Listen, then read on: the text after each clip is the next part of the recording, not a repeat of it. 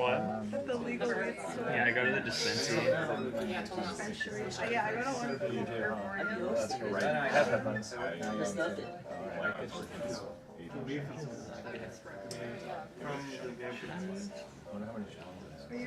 Are you entirely?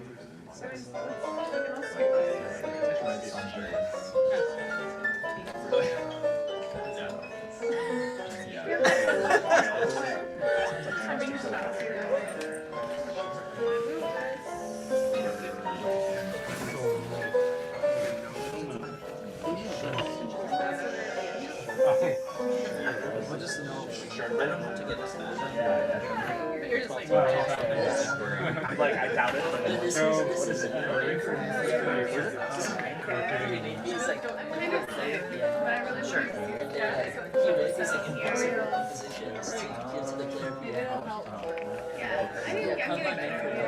Actually, I'm not sure. Like, you know, if I was like really concerned about getting better really fast, I'm bad right now, so I I feel like a gnat. That's a producer. Yeah, I mean, that's what's exciting. Thank you. Are you taking this? I'm just kind of moving over a little Okay. bit. Okay. I don't know.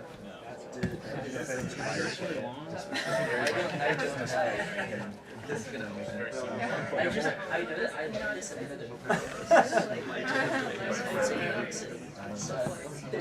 I get that. You can sit right there. I think the performance is just like running this. It could be harder or softer. I just want my access to my drink. Like it sounds a little bit too different. I think it's just about like being really crazy.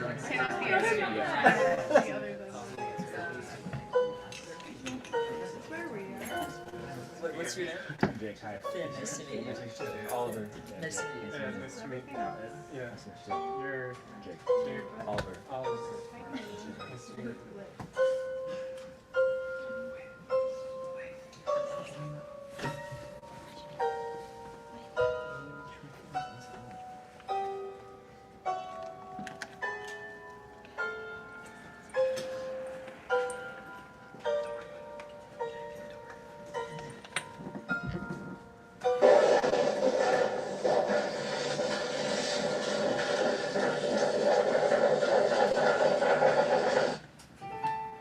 Stabbed in the side with scissors.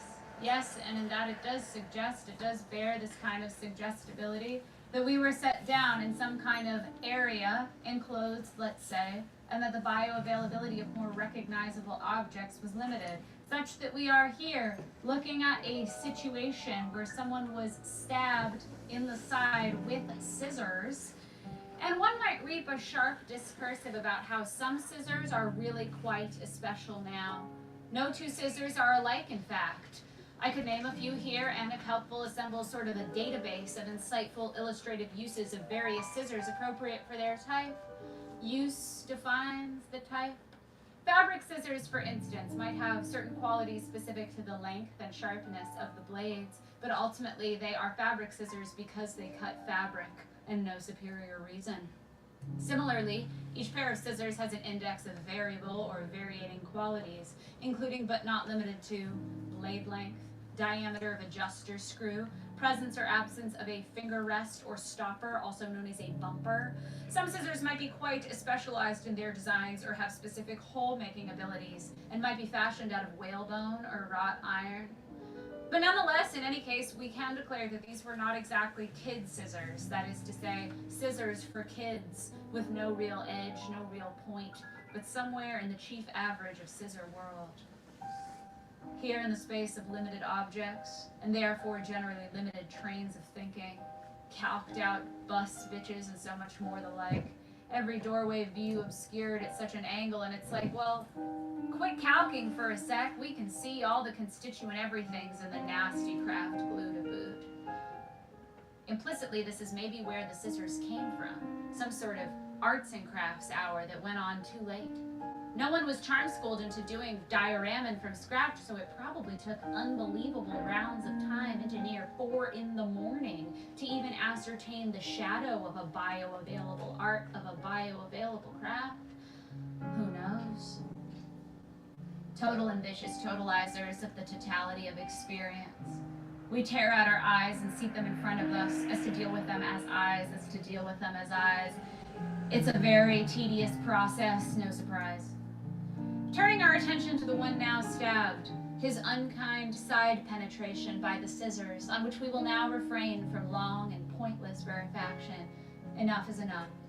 But before we say anything else, let us observe that the moment towards which we are now turning our attention is not the moment of the stabbing, but the recognition by the stabbee of his stabbing.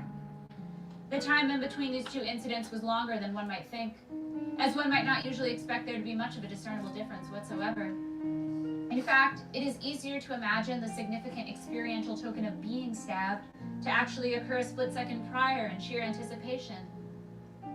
The more hysterical version of this, though perhaps an epidemiologically resonant version, nowadays more and more, is to walk through everyday life in frequent or constant stab anticipation.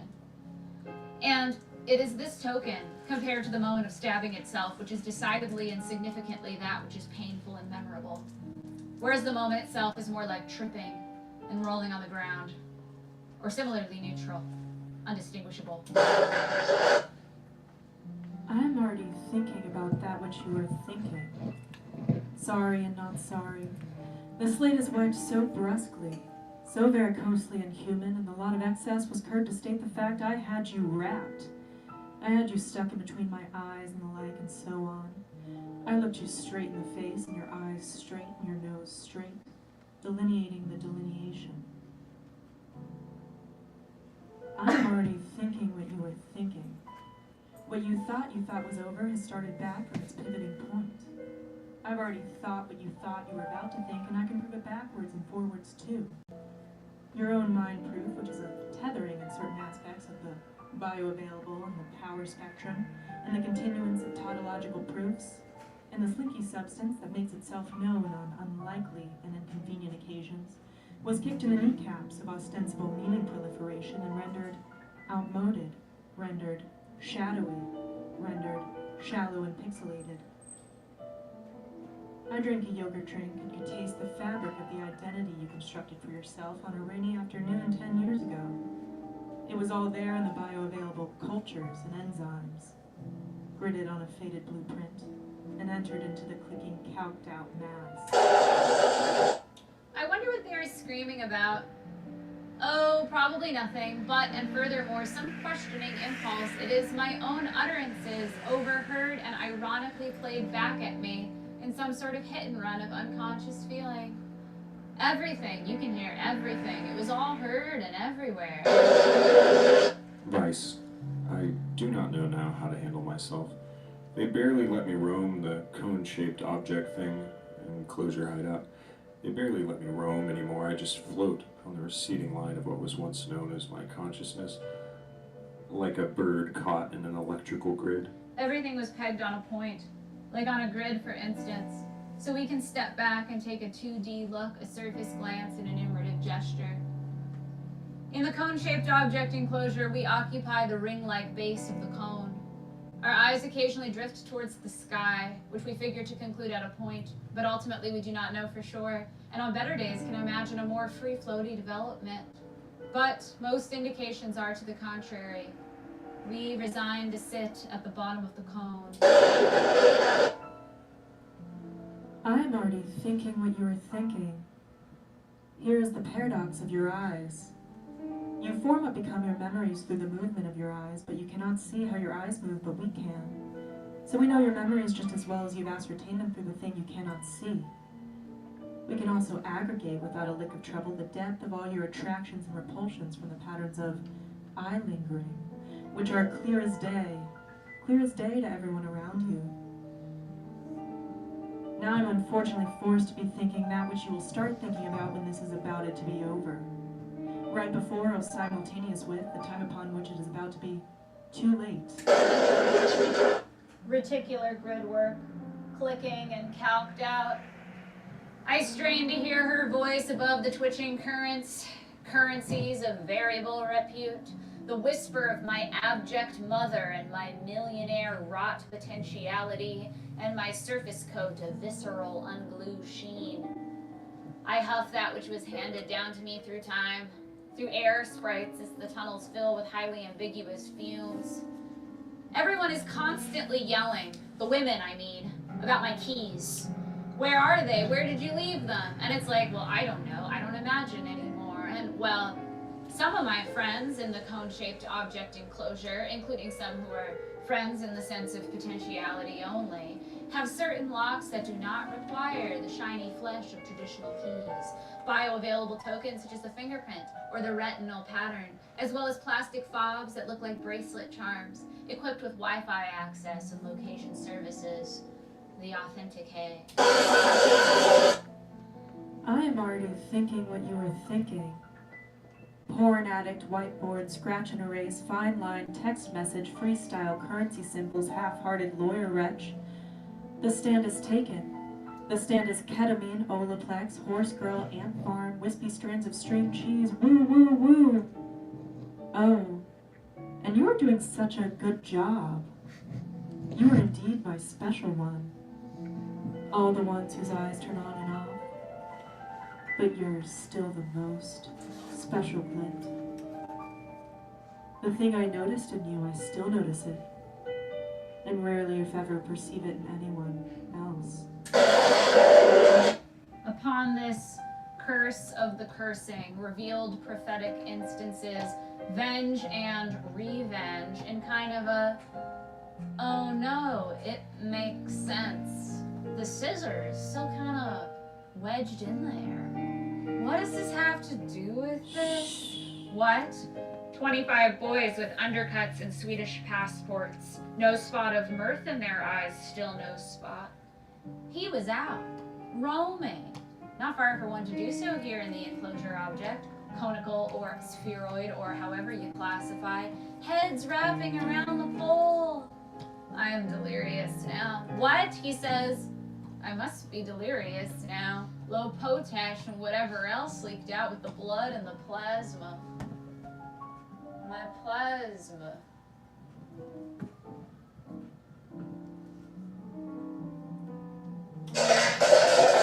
I cannot, she says, this crack in my whole bouillon being, she says, that which I once was, and I miss it too, and can I measure to a stop doing, the sweat of the Captcha sticking under my heels?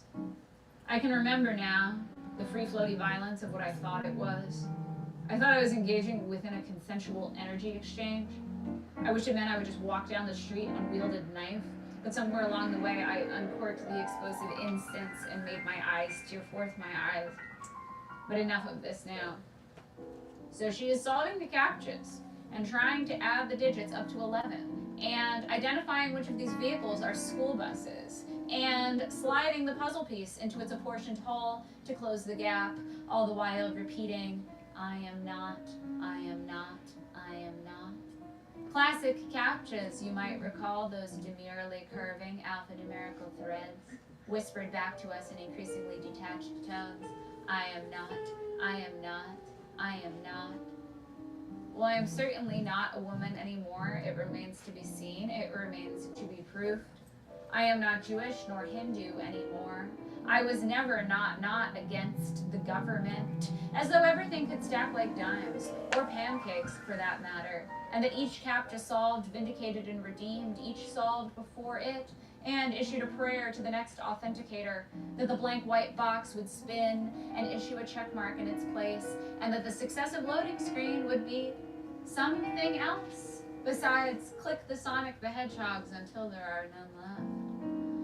This is a closed room in a supposedly remote area, and therefore implicitly outside the cone-shaped object enclosure, CSOE, where remoteness was retired as an indicator at least 10 years ago. The room rests in a one-story structure, but the structure makes up for what it lacks in height, in surface area, and in the density of the walls. For this is an entirely new construction. Just a few years ago, we were told, there was nothing else here. So this humble nightmare room is situated by design of its remoteness on the other side of the cone, and this might make no sense geometrically, but it might actually exist underside the cone base, such that as you patter down the avenues, someone might be literally under you in a remote area, forced to solve captchas, etc., etc. And whether she is not against the government, there is a feasible and genuine menticide taking place. And as you calc all your indicators, and she clicks and unclicks her incidents now and again, one might want to watch and see the scissors and their pivot screws adjusting in the night and everywhere. And I was promised nothing as to exude nothing except the following. I made friends with the in-between. I made it all work for the government, against which I was not. I was not against the timeline. I was not against the clock or the calendar. I was not against the highway. I was not against time itself, though I often wondered what it would be like if it could live up to its promise of super slinkiness, soup texture, sody pop, etc. I am wary of trying to explain this thing. It's just what my life has been for the past year and a half. I just want to chill out and check my messages. One or two more lurid captchas should do it. Now, one in this situation, dehumanized in several unfortunate ways, still retains that rather humanoid quality of wanting to derive sense patterns and ascertain values corresponding to meaning proliferation, even when being led by oneself on an unnecessarily painful variety of what is occasionally known as the wild goose chase. And there's nothing wrong. On its surface, there is nothing wrong with a bit of amateur pattern recognition. Trace the matrices, red string corkboard rendered in metaphor, and you know, it's hard to imagine now. But in earlier times, the internet was actually supposed to function as a web, and you could make your way all the way around and back and even contribute in your own special way. And furthermore, there are many patterns to be found in nature, and at any given time, two or more things are transpiring. So to understand anything, you've got to recognize certain kinds of relationships. The problem starts when you attribute certain intractable qualities to what one might call symbols, as in a symbol is a representation of the world and nothing else. A symbol is not a fact, but is used to convey statements or facts about the world and no more. The world is made up of bioavailable facts, relating to each other in patterns, a finite amount of which surely we'll never know all the ways. And you know that's probably for the best. And those classic captchas, remember them? Their enigmatic, sultry dip, calling back and forth with letters twisting, locked in vexatious grips. And one might be tempted to make certain gestures of interpretation, and to be all sure they are 100% futile, at least so far. For instance, the acronymic gesture, one word per letter, and each number indicating a quantitative assessment of value, or a homophone, such as 2 approximatized as 2 over 2, see also 4, and to a lesser extent 8, such that each curvilinear object is rendered a sentence-like, a proposition, if you will. Woe to the recaptchas, the worst offenders in terms of semantic inveiglement, what with the word pairs. Of course, doing too much of this will inevitably send anyone over the 10-second threshold of average human captcha solving time, such that it would start to defeat the whole damn point of the exercise. And as one not particularly sitting with head bowed towards the sundial or water clock, one might commit to certain aggregations of captcha information in an overarching narrative or propositionary tractation. Id est, they may have come to be telling me something. But there's no real way to keep track, and any speculation, any inklings induced are likely to dissipate under the sheer repetitive density of the signals, such that on her paid bathroom breaks, only the shadow of the last few solved can linger for a moment before their obliteration. But they stay with me forever, she says. And when I dream, they cry out to me in so many letters and numbers. Woe to the one forced to confront imaginary captchas when already faced with so many real ones. Extensive lifting of the self from the floor. Has it ever occurred to her to say, I have a disability, or I do not have a disability? No cognitive salt about it. What is happening in this picture, sweetie? That is not my job. I am just here to close gaps by, for instance, differentiating between which of these squares are lamps and which are traffic lights. I always wanted to clean up trash with one of those grippy things. What if I went to bed and then stayed up for 10 days after that, and then went to sleep and then stayed up? Eyes expand in shape, aghast throughout the possibilities. Experience being nullified by eyes. The computer, on the other hand, so we are told, dreams of one thing. The greatest desire of every 17-year-old, simply to drive a car. Axially speaking, if things are more or less going well, there should be 10 additional hours spent per day not solving captchas in the closed room in the remote area. Other time for other things. I mean, what would you do?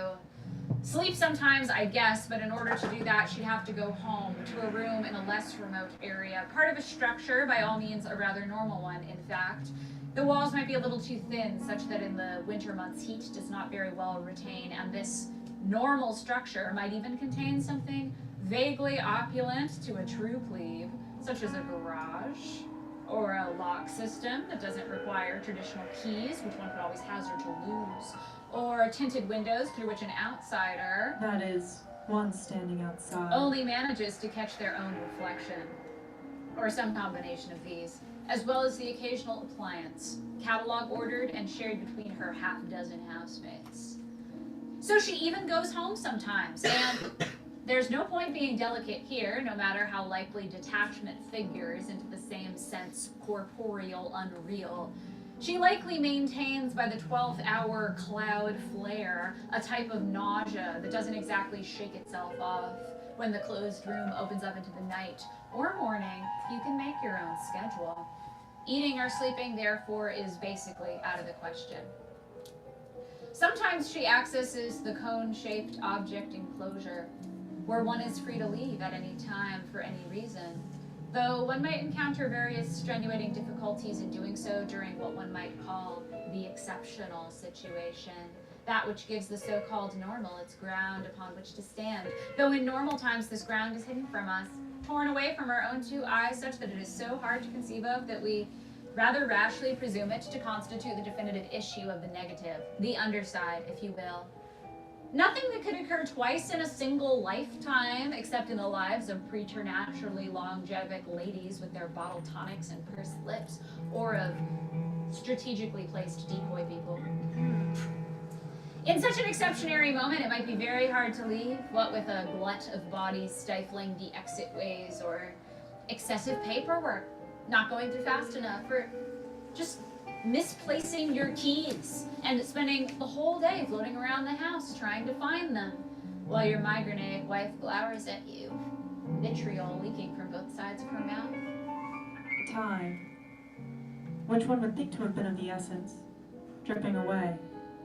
All comings and goings from the CSOE have been conveniently logged somewhere and are easy enough of which to make note, so we can say without too much speculation that our intrepid solver of captchas does traipse, knowingly or not, across these borders, entering through both usual and confusing means. And what is there to do in here? Well, whatever's bioavailable, I suppose. And in this case, by bioavailable, we mean bioavailable, including such basically legal activities as sitting on the curbside for a maximum of 30 minutes at a time, of enjoying local culture, including patronizing bars, restaurants, and arcades. Roaming, as opposed to traipsing, we will see is technically legal as well as bioavailable, unless under the conditions of the exception, but is not always considered advisable. I'm already thinking what you were thinking. Imagine that how hard it was to get up in the morning. I'm already thinking about it, even though you did not have to open your mouth. And why would you? By the time anyone opens their mouth, it is way and far too late. Fluid would drain faster. Faucets, hooked up into sinus tubes. Slick greased the wheels of expenditure as well as personal efficacy. And my guy, I know you don't think about all the other closed rooms, like how many there are in all kinds of areas where all sorts of human extinguishment is taking place. Your room is not the border of the real. It's not even the border of the now, like you slipped and you missed it. Do you understand what I'm saying? And I know you don't think about it because I know you don't think about it. I am already thinking what you were thinking, so why don't you just go home? All right. Is that really so fucking hard? It's late. Why did you come here anyway? What was the point? Did you spend money? Did you not go home just so you could spend money? Is that really the best way to exert your individuality and reconstruct the identity fragments? And then you have to go home anyway. And the only thing that happened was that you spent money. She sits on the curb and time passes. The moon is nowhere to be seen, but let's be honest, she wasn't really looking for it anyway. She says, I am probably not one chosen by God, or I am chosen, but this means the opposite of what you'd expect. I have sharp rocks in my stomach and bees in my hair, and in time it becomes time to dispose of whatever's left, dispose of the entirety. She is resigned that she will never again access the certain critical aspect of her interior, tick in its tick house, uncapped by the trigger, yet so far, still yet so far. She has basically decided, it is basically decided now. There is no point in knowing who I was in the past. I have a decisive incident and I cannot remember anything anyway.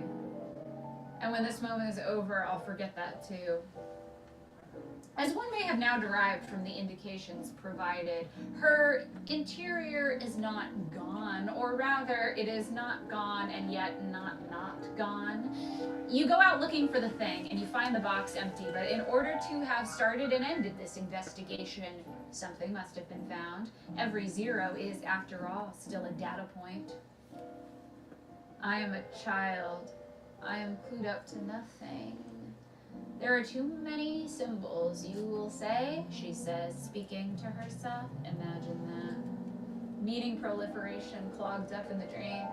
No sluice gate is to unstick it. A most humble and pious request in the throes of extreme disquiet. Shut the fuck up! Let my interiority live! Please wipe down into the pipe. My blood cannot slick the wheels of time, history, or personal efficacy. I am already thinking what you were thinking. Cockamamie best friend eking out the peace treaty and the ratification of the agreements that will finally fix everything for real this time. Salad crouton mixer bowl of the so-called global economy, fucking cone-ass shaped exchange plaza, and vomit-inducing weight loss carbonated beverages. I'm already thinking about the beautiful and mild summer afternoon on which we will meet for the first time, and click our incidents decisively thereupon. It's time, or rather it will be time, however non-conveniently time. And I'm thinking about it, and so are you.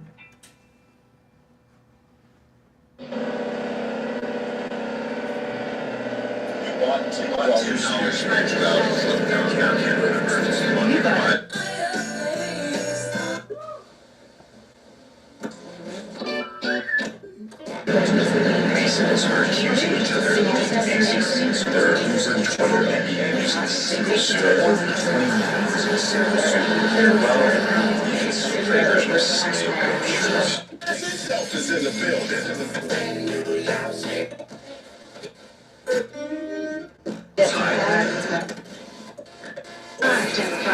analysis will expose your current reader size needs. The analysis is coming back in retail. This will impact sets, issues, or wrapped already.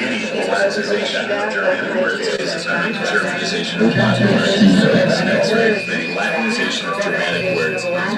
Germanization of Latin things is the red creature next. The rotted bulbs on my rheumatoid knuckles, gregarious and comely.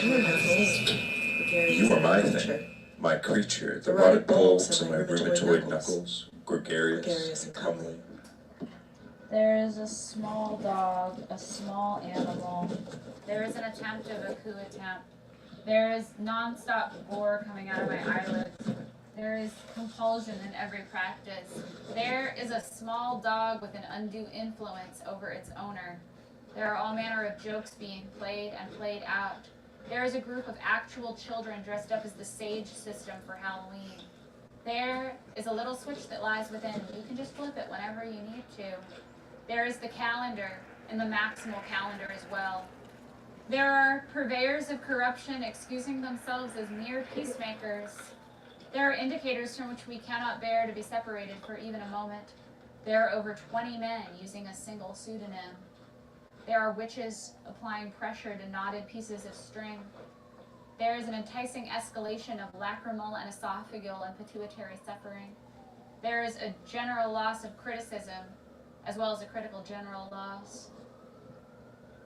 Mouth open, watching yourself in the security footage. Lower right-hand quadrant of the monitor, like, oh, is that the back of my head? Slight jump in the timestamp, skipping like a stone, and other indications that this is in fact a playback at 1.5 speed. Everybody counts in their own special way, and many do not waste a lick of time in pointing out how generally pleasant and tolerable life is now, ever since the variable reforms of the past, oh, we don't know how many years, but ever since the habitable areas were measured out and gridded, ever since crime-fighting measures were advanced from the rudimentary form, you know, trains don't even crash into each other anymore, and so on. This incessant and increasingly reverent calking betrays a looming tension in all areas of the body. Once you notice it, you can't help but see it everywhere, including, but not limited to, improper pronation of the feet, perpetually shrugged shoulders at uneven heights, crooks in the neck and spine, which should be clinically impossible, discoloration in all bioavailable skin tones.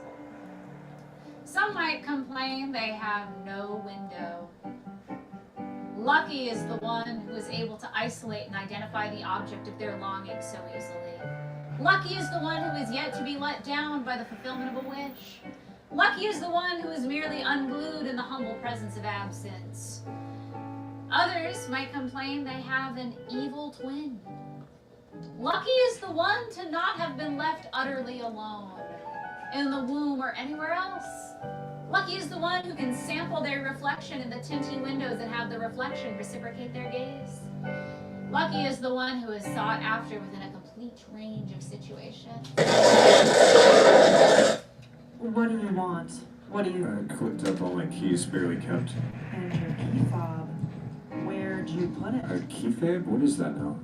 You know, the charm bracelet looking thing? I don't know. Where It's is not it? attached to the other keys. Well, why wouldn't it be? Well, it isn't, so... What do you mean, so? So I thought it was attached to the other keys. Well, if it isn't, you must have done something with it. Why would I do that? I don't God, use your head. Use your head. It's your fob, and you're about to be locked out of everything. Teeming with regret, and everyone here is on a tense date, cornered in all aspects pursuant to this biolegal and non-invasive dining-in chain, which bears some semblance of a theme, though we cannot quite encapsulate it in words. Overt threats jotted down on the backs of napkins and receipts. I'm going to slice off your balls, she says. Everything is contagious now. The scissors, the captchas, and more, through suggestion. Why are you all so damn suggestible now?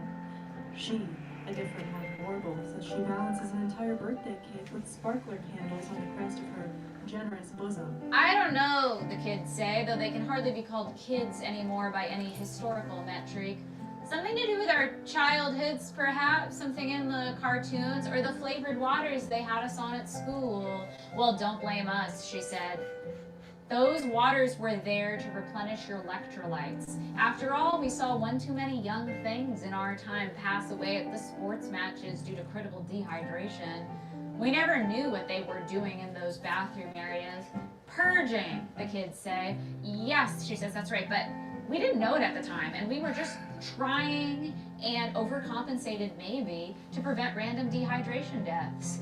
And damn, sorry, I know what the hell was in the flavors. Still don't. No one knows. Now blow out your candles. Her honesty is, I think, the most attractive thing about her. I am already thinking what you were thinking, and unfortunately, I think you in fact did not think what you thought. Your inputs got clicked and flagged as invalid because they were. Swimming, pooling, a lone life twisted of variable and ill reputes. I am quite unchuffed to know the way and how you are unable to think beyond a certain time-space artifact, confined to an even tinier area than the one in which you are physically confined, brings a grave tear to my eye. And again, and by the way, in case you don't mind me asking, do you have any uncircumcised friends? Is it impossible to enforce perception? Yes and no. In a manner, it is impossible. No one knows what you are thinking, that is. At the same time, of course, anyone can, and surely someone or something does, but it needn't always be for a nefarious reason. Thoughts are everywhere with the organs or pseudo-organs to perceive them.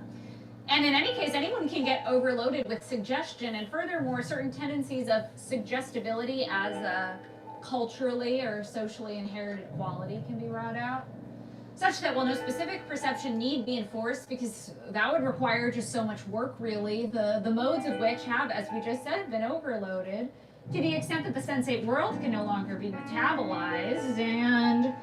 Okay, I guess you can guess where this is going. I am already thinking what you were thinking, even and truly as you sloppily staggering, stumbling to get up and remember, and then turn aside and embrace ontological impotence again and again and again, even so much as it appears impossible. It seems sometimes as though you were made. You were put on this here conical earth to torture a low-functioning animal with little to no cognitive assault, such as a clam. Did it happen to occur to you to think? I mean, I know it didn't in this particular case, but nonetheless, blathering on about wanting to be a subject. I want to be a subject. Pissing your pants. I want to be a subject. Okay, we heard you this time. The leaves fall as the past erases the future. There is a thought to action to thought coordinated occurrence. There is a blight of human opportunities. There is a fast-forwarded sex tape with inverted colors. It's kind of scary. There is a very evil, unspeakable poem. There are sans serif terror zones and bioavailable cashback bonuses at participating locations. There are B12 shots being administered during a meteor shower. There is an act of love or, and this is just how it is sometimes, an act so strange it just leaves you questioning all your love concepts and so on.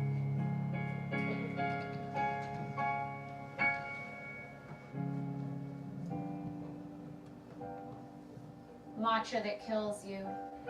We sit long hours in silent contemplation. But as for us, we cannot much see beyond the signs, and undertake the process of milking them, and hence suckling. And the hard suck of the milk makes real the cow, hard clack in the peepers. 1990 has now become 990, a 10th century, the weight of which cannot be lifted from the crowns of our heads.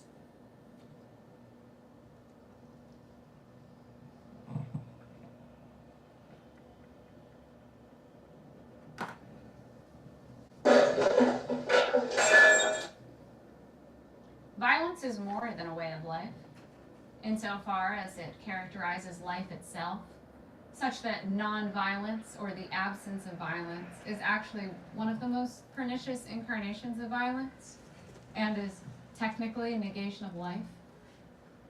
Violence as a subject in the CSOE takes on a hysterical character so tedious to describe that we will refrain from doing so in any way that could be called complete, as doing so would require a whole vocabulary of annoying, actorish gestures for which no one has the time or the stomach, and give anyone that shudder of well-worn second-hand embarrassment from simply imagining them. So whether the uptick in scissor crime means something in the grand scheme of things or not is, flatly or calmly, none of our business. It is all I see, my locking together of internet connection and more. There was a spate of scissor crimes that came to appear fractally. Stochastic is the word, looking like a stream drainage pattern. We say this with utter assurance, though we know so little about streams ourselves. There was a spate of problems with commonalities of names, numbers, and birthdays, and at one point, scissor crimes that did not require the use of any actual scissors. She was always trying to make the jump, you see, and she was being stifled in the most insidious manner. Sheer bliss of the wet chloroform rag, time within she ate of time, and tore through the new one with the same absence of virtue. So-called law enforcement was rather pleased, as you'd expect, to be allowed to anoint themselves managers of the scissor wave epidemic as opposed to would-be extinctionaires of aberrants. We can all be a little aberrant sometimes. Our lot in the function and our function in itself. Sometimes. Turbulent personalities have a couple bioavailable options. Aggrieved workplace fusion of the self with the cathected external object, neurochemical and radiomagnetic treatment, open your mouth and close your mouth and open your mouth and close your mouth and undergo more and more treatments in time, or turn laconic and invest yourself in activities that don't involve anyone else, such as roaming. Feet on the ceiling, a humble review of microcognition. I wish I could remember and furthermore wish. I wish warm, soft, sticky X's. I wish I could click myself clean. I think that's so funny. What do you think? I wish ancient grain, an ear of corn. We saw her everywhere. I cannot bear to be slowed down at this point. I would shudder a collapse and remainder as to complete the nothing. Not me. I had no idea. I didn't mean to break with it. I spoke not one word, and I was entirely devoted to the image word and the word image. Do you remember the baby poker? There was a sense of being underground, maybe literal. I don't know. I feel like this is totally dissimilar. And transfer, and punishment. I'd like to see her calc her way out of this one. I cannot quantify the absolute revulsion appearing before me whenever I'm astride a reflective surface. She had the gall to crisis cry her ducks into the night. That which echoes only one's crudest assumptions, back towards that which echoes only port impulse control, and poison dog donut, and the unrelenting ice machine of human indication. In between and in before the edict of moderate self-control, overran at last the steam emanating from and through our internal organ clocks, and lacrimal and intestinal excesses. The level of discernment required for the job of Captcha solving does not exclusively imply literacy in the way we might typically think of it, i.e. proficiency, but an ideal candidate for this position should demonstrate enough acuity with the QWERTY ASDF to lower human Captcha solving time to its socially necessary amountage. Nonetheless, she bids pathetically to turn off her learned capability to perceive text as language and give her some good gut for trying. surrounded as everyone is by text addicts involuntarily contracting and lengthening the muscle around their lens, which, despite bearing the same name, is not to be confused with the analogous part of the substitute eye, whether carried on the bridge of the nose, or in the pocket of the pants, or shoulder bag, or street-facing building facade. And there might have been, in fact, who knows for sure, some looming wall of image, probably a video ad for something or other, that broadcasts or transmits in so many words some catchphrase attesting to the eternality of the individual. Something along the lines of, your trauma does not define you, or for instance. And even though it can only be calc and nothing more, could be an ad for soda pop, you know. Sometimes a completely non-deliberate double meaning can arise and stir or trigger or induce some form of cognitive package reinstallation.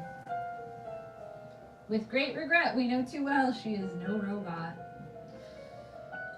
I mean, she doesn't inject herself. What? No, she definitely injects herself. She might inject herself, but not with what you would expect. She could have learned to inject herself appropriately. She could have learned to write a poem about her experience. And from now on, it is too late. Now, this is kind of a secret, but everybody knows it, but must never think about it, or otherwise think it pointless or inappropriate to discuss in polite or serious discourse. There was a spate of circulated images, and we thought no one knew we were watching them, a Chidlow would say. Could one actually talk and not just calc? This is when we were small. We saw a mock simulation of our own births featuring a pregnant version of our well-known cartoon character, this one attacked by a perverted superhero using scissors and needles and maybe other things. But until now, we hadn't had much to do with the scissors outside of the occasional arts and crafts hour at school, and even and still, many of us cannot really create a bioavailable diorama from scratch. Oh my God, did I really just say that out loud? So in a way, the scissor crimes have existed for a while in the popular, repressed imagination, and their resurgence in the publicity sphere has triggered, consciously or unconsciously, a wretched form of playback, fast forward, rewind, etc., such to the fact that many of us are now locked out of life and find ourselves under the glint of scissors reflecting light, suddenly rigid and unable to form words as such. The lips, the teeth, the tip of the tongue, libidinal misapprobation and assumed salivary gland inhibitors that lead to everything just tasting like yogurt. I can't pretend any of it makes sense. I was just doing my roam, not going anywhere. Perhaps there was an encounter, mean flash of light somewhere along the way. You know, it's getting out of control. By which I mean the real epidemic is the lights. Someone needs to step up their job at the regulations desk. I mean, really. And next thing you know, I am bleeding, as it were, trying to remember something irrelevant. Names and locations skipping at 40 miles an hour at the frontier of my memory lobe. The lips, the teeth, the tip of the tongue. I love you, my lettuce, is what she said to me, looking me straight in my eyes. And then I felt it going into my thigh. You know, that's where my femoral is. That is supposedly the 4th largest artery in the body. And I just thought, like, I don't know who the fuck you are, and this is, like, really upsetting and everything, but this reflexive passivity set in. Like, this passivity I didn't even know I had came out of nowhere just about as fast as the scissors did. And I was just thinking, like, what kind could these possibly be? Because, you know, some scissors don't do very much, while others, I imagine, can be quite serious. You have fabric scissors, for instance. I know because my mom used to make costumes for TV, and those can be quite sharp. And I was just thinking, like, just wondering, you know, do they cease to become fabric scissors when you use them on something that isn't fabric, such as legs? The spinning axle of social currents, CF currency, manifests as the decisive mode of human transport convergence. In this case, not very uniquely, the axle is the road, not the paved surface itself, but the whole critical driving economy. And while, as stated, this is nothing unique to the CSOE, the certain unmistakably donut-y quality of the shape of the highway gives this convergence a rather blatant quality, viduous banality, if you will. And so, as with any such feeling as preoccupies the Coneheads' heads, including feelings that can hardly be said to have much to do with emotions, but are still nonetheless very much felt in our hearts and bleed out the corners of our eyes and so on, the scissor emergence, or resurgence, is somehow most apparent on the roads, where no scissors may necessarily be physically present. And in a way, the only true measure of honest feeling resides in the erst social microtransactions of the pass, merge, signal, and so on. That being said, is there an imminent self-murder happening? No, sweetie, because we're in a car. Dialect hyper minorities employ variants of non-rhotic are.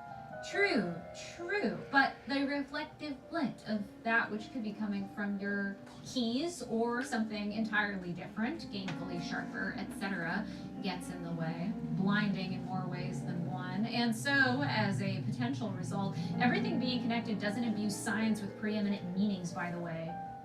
One might encounter crashes caused by stopping and staring for no reason, where no bright phone screen nor engrossing round of cat's cradle can be determined responsible. Violations of the instilled logic of the direction and flow of traffic. Cars ending up in situations like, how did they get there? Trees moving by themselves. No, not quite. Cars moving by themselves. Not exactly.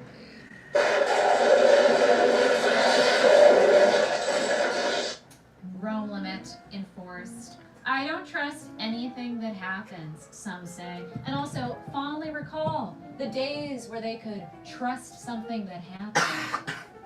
No salt about the pushpins, cognitively speaking, that is. What will you do when your scissor license expires?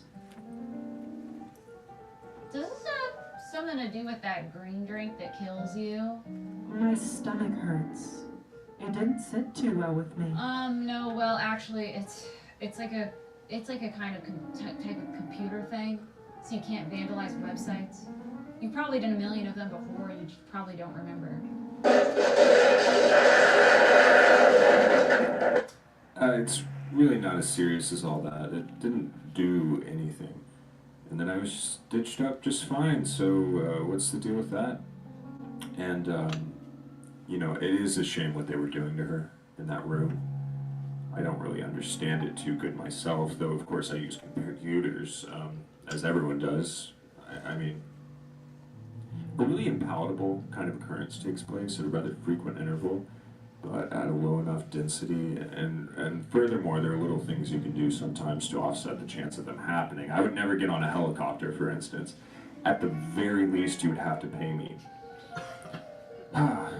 You know, personally, I consider myself to be very blessed. Now, if you excuse me.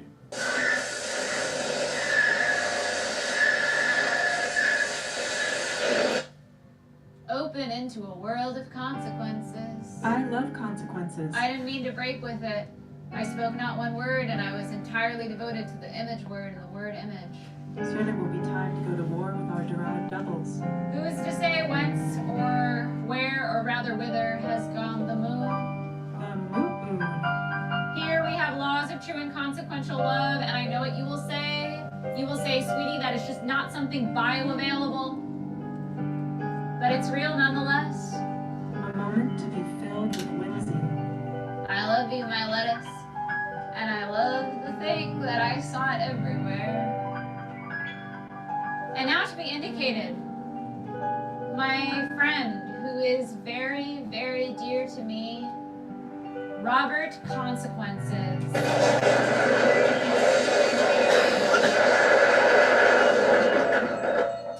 Some are saying she died in custody, with the quick trick of not drinking any water and hoping no one would notice.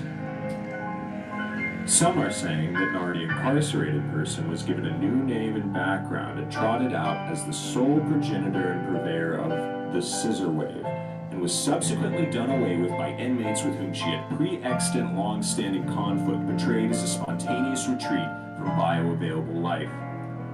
Some are saying no one has ever been found nor held accountable, and that points to a universal base desire, a common urge towards violence as a way of life.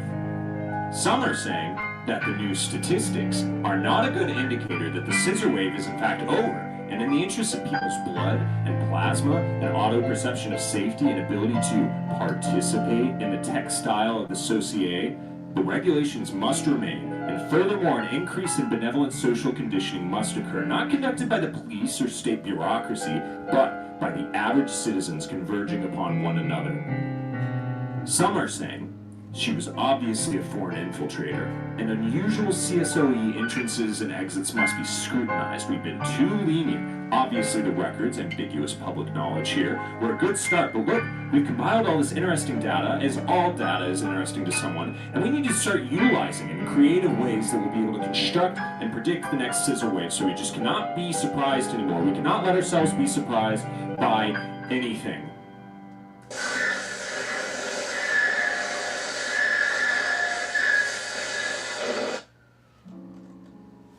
Whereas, after all this time, there remains a certain level of confusion pursuant to the following areas. Aspects of common life in the cone-shaped object enclosure, henceforth referred to as CSOE or the CSOE. The probability and actuality of the spate of scissor crime, and the closed room in the remote area. Whereas, we are, in our diminished capacities, as ones, still though barely human, still trying, and have compiled relevant information where it exists regarding the above three areas. Whereas, the CSOE is a term given to an actual place, a city of sorts, and this city had at one point a more recognizable name. But it is long out of use, and there is no point, and in fact it would be seen as culturally insensitive in referring to it by such a name as opposed to CSOE, which is kind of affectionate, cute really, kind of how you might address or refer to your child as a slug or a weevil. Whereas the residents of the CSOE, affectionately called coneheads by us that do not live there, please note this is not a racial or ethnic or eugenicist term, have, as demonstrated above, a propensity of which they are individually largely unaware towards the creation and use of neologisms. For example, bioavailability is a theoretical concept of approximating actuality as a product of determinable norms, expressible as bioavailability equals possibility plus publicity plus limitation, aka necessity. Id est actuality in hiding from itself. Whereas, there are a number of regulatory bureaux operating on behalf of the CSOE. Whereas, one of the oldest of these bureaux, dating back about 100 years, is the Bureau of Light Regulation, responsible for adjusting the brightness levels of existing light sources, as well as providing permits for industrially bright light-emitting devices. In the past, their main task was to ensure minimum brightness levels in inhabited areas for safety purposes. No more lives lost from falling into a crack and bopping one's head. Whereas, currently there is much debate inside and outside the Bureau about sources of light being too bright, which as everyone knows can cause temporary blindness and is a potentially fatal hazard to motorists. The more controversial aspect is this strange gray area about the subjective effects of too bright lights in everyday life, of the outside regulating / dysregulating the inside, with a special focus on sleep patterns, mood regulation, time perception, color recognition, attenuation and de-attenuation of gaze, and retinal movements more generally. Whereas overly bright lighting is a technique used in prisons for the subjugation of prisoners and as a means of increasing their anguish, i.e., dysregulation of the inside through the outside. Whereas a Captcha, or completely automated Turing test to tell computers and humans apart, manifests itself as an interactive puzzle that ranges in user experience from neutral to fun to infuriating. For example, see reCAPTCHA, a puzzle consisting of 2 words, semantically unpaired, made squiggly and hard to read, one being a control word and the other an unknown variable word. Solving this puzzle can be achieved by typing the control word correctly, or close enough. However, one cannot know which word is which, so it is upon the solver to type both words correctly, or gamble on which word is the control word. Whereas scissors, both consumer and professional, can incur injury, including fatal injury akin to knives, assuming sufficient force is applied. This is especially true of the latter, but still applies in the case of the former. Studies have shown scissors to be more dangerous in this regard than screwdrivers. Cultural anthropologists and the like may take note here that the potentiality, i.e., possibility, of scissor violence far outweighs its heretofore historical prevalence. A few questions. Question A. Who was the Captcha solver? Was she a resident or outsider of the CSOE? What doubts have been raised about this connection? Question B. What is the alleged connection between the Captcha solver and the perpetration of the scissor crimes, henceforth referred to as the scissor wave? Question C. What was the extent of human and biosocial fallout due to the scissor wave? A1. The Captcha solver was an employee of a software company providing third-party services to other web and software and firmware companies, as well as highly motivated individuals to bypass required CAPTCHAs in any variety of contexts. The services offered were described as themselves completely automated. However, this was pure marketing, and in fact deceitful, as the contracted CAPTCHAs were in fact solved by human employees, themselves contractors termed independent. A2. The still unnamed solver of CAPTCHAs suffered from a likely hysterical belief that her interiority was dead, completely killed off, yet she was physically very much still alive. And this apparently brought her much anguish, and spurred her to a type of desperation that potentially escalated to so-called random or meaningless acts of human versus human aggression. See below for further explication of this potentiality. A3. It is unclear as to whether scissor crimes ceased entirely after the apprehension of the accused. As time goes on, it seems less and less assured that there was only ever one who wielded the scissors, excluding any accomplice or copycat. But given the decaying possibility of the uncovering of additional evidence, we are less and less likely to ever know. B1. The Captcha solver was apprehended in a mall food court while attempting to use a self-service kiosk.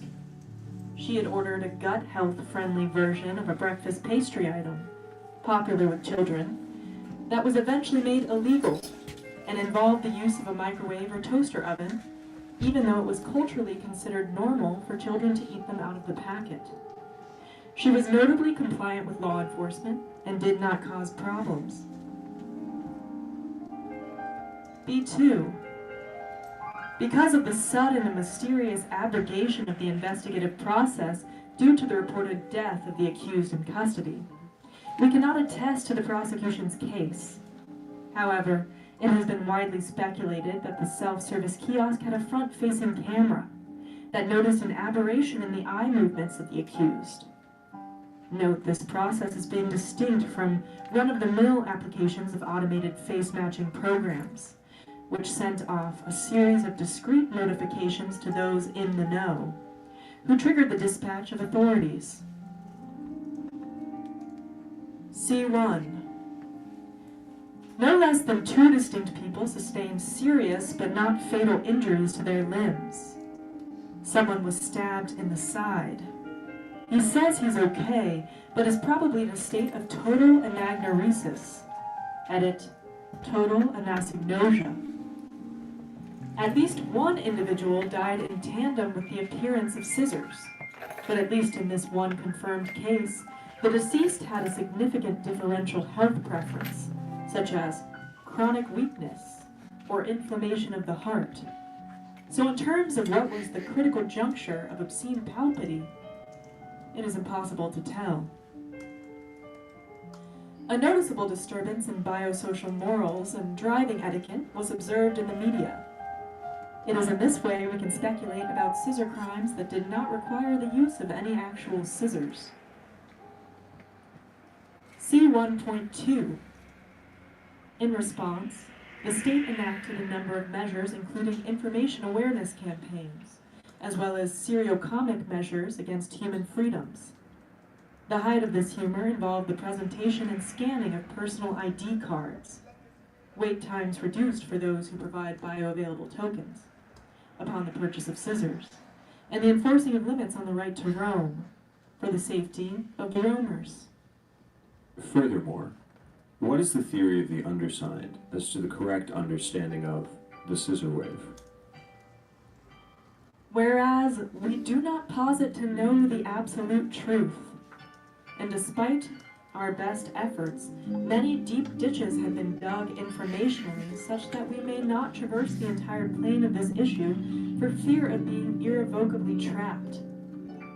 Nonetheless, we offer our readers to consider the following. A1. Theory of incication. This refers to a making memorable of an event within a string of identical days. For instance, forging a psychic imprint the only way we can, through violence. This is consistent with the findings of the accused being in a state of perceived mental disparity with the rest of the world, turned into an unfeeling machine within a physical, eggshell prison of respiratory and evacuatory systems. While one might insist upon the frantic or emotional character of the acts committed, this motive of so-called incication is corollary with the violent or bloody aspects of primitive ritual, including our rather commonplace contemporary practice of neonatal circumcision. A2. Theory of resentment. This is compatible with the previous theory, but emphasizes an aspect of conscious social comparison, and thus assumes the accused capable as such of making these comparisons, representing a bridge from, example, I can never be normal again, to bitterness enacted, they must experience what I experience, the critical aspect being pain. Obviously, this implies a healthy dose of conjecture, and we measure this resentment tendency against those which are already culturally and socially extant. B1. Theory of chaos, or crime is caused by paying attention. What we call crime is in fact the derivation or integral of a function which is occurring constantly without end. That is, so long as there are bodies and relations, their interplay is always confrontational, even in the most advanced and peaceful enclosures. Ergo, let chaos equal the state of nature. These interactions become known as crime only upon being measured, and crime becomes a thing of measurement in such a way that the law itself figures very little into it. Crime has nothing to do with individual or group tragedy. In itself, it is an accident of perspective, of collation.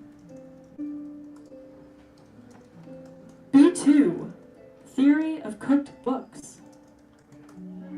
No less than 1% of the crime report details in the hands of law enforcement is falsified, dreamed, concocted, or misremembered in critical ways. Lies are contagious, even on accident, and give birth to other lies to keep themselves company. Historical prevalence check. We might also conjecture a correlation between the media relevance of certain crime incidents and their falsehood constitution. C1.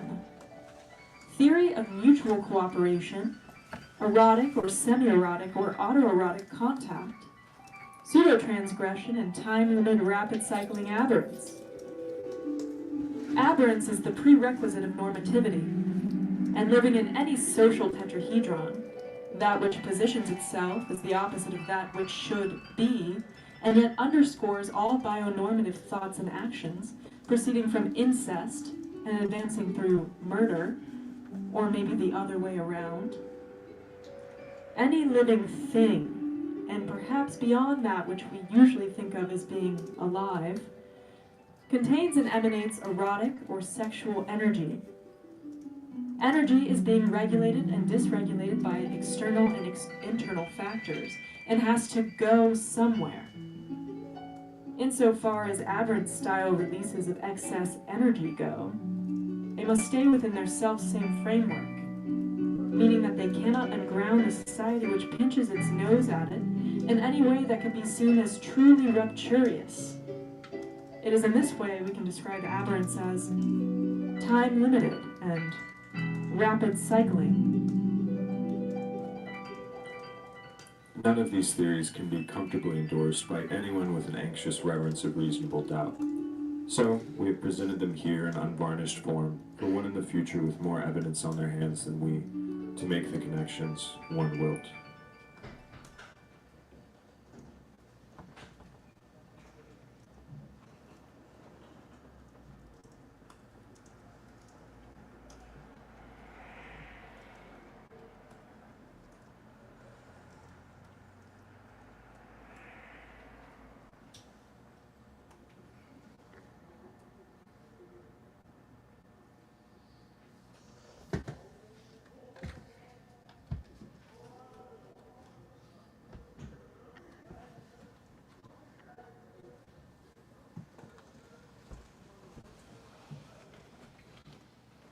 What more can we do? There is no more we can do.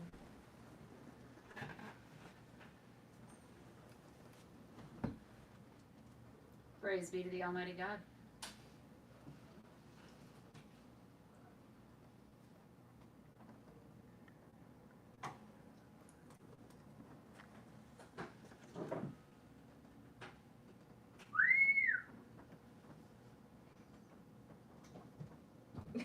Okay, that's it. It's over.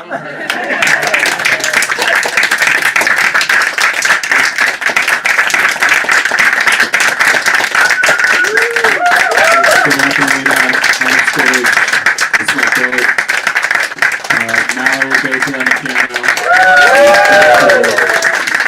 Madeline Friedman with the voice. Tobin, the only ballast who won't get the wall. We like that Donna. Donna Allen in the house, she did the sound effects. And Drew, Donna's right there. And Drew styled Alina. Yeah, it's a big help. Thank you all. We're gonna keep hanging out, but I don't